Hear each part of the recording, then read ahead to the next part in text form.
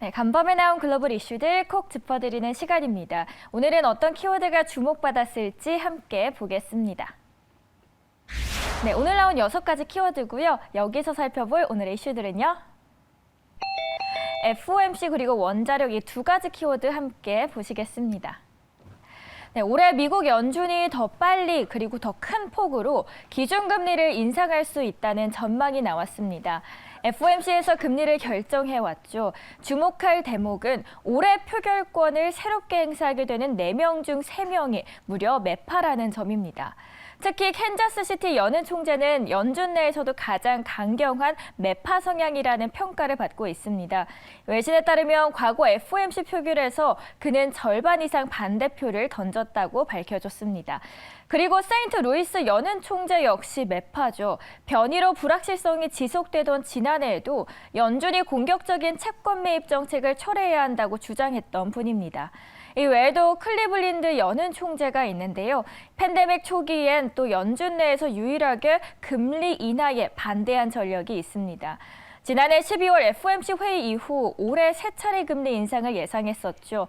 그런데 이번에 월가에서는 4차례 금리 인상 가능성을 내다보고 있습니다. CME 그룹의 패드워치에 따르면 선물 트레이더들은 첫 금리 인상이 3월에 이뤄질 가능성을 높게 보고 있는데요. 3월 FOMC 회의에서 첫 금리 인상이 이뤄질 것으로 예측한 비율은 한 달 전보다도 무려 2배 이상 높아졌습니다. 두 번째 금리 인상은 6월에 이루어질 것으로 예측한 비율이 가장 높았고요. 이어서 9월 그리고 12월에 각각 추가 금리 인상이 이루어질 것으로 전망하고 있습니다. 다음 기사는 원전에 대한 보도 보겠습니다. 유럽연합이 논란 끝에 원자력과 천연가스 발전 투자를 친환경 에너지원으로 분류하기로 했습니다. 다만 독일과 오스트리아, 덴마크 등 일부 국가가 여전히 탈원전을 주장하고 있는 만큼 EU 회원국 간 갈등이 예상됩니다. 이번 결정은 천연가스와 원자력 발전이 완전히 지속 가능하지는 않지만 청정 에너지로 전환하는 과도기 단계에서 그 대안이 될 수 있다는 점이 포인트입니다. EU 집행위에 초안은 27개 회원국의 면밀한 검토 이후 이달 중 발표될 전망인데요. 하지만 EU 회원국 간 의견 차이가 큰 상황이 난관으로 꼽히고 있습니다.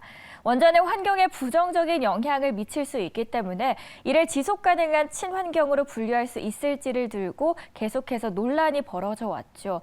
특히 지난해 하반기부터는 EU 일부 국가들이 에너지 공급 부족으로 전력난에 직면하면서 또 논쟁이 격화했습니다.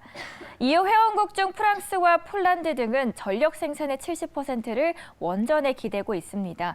따라서 텍소노미에 원전을 포함해야 한다고 주장하고 있는 반면 탈원전을 지향하는 독일과 오스트리아 등은 이를 공개적으로 반대하고 있는 상황입니다.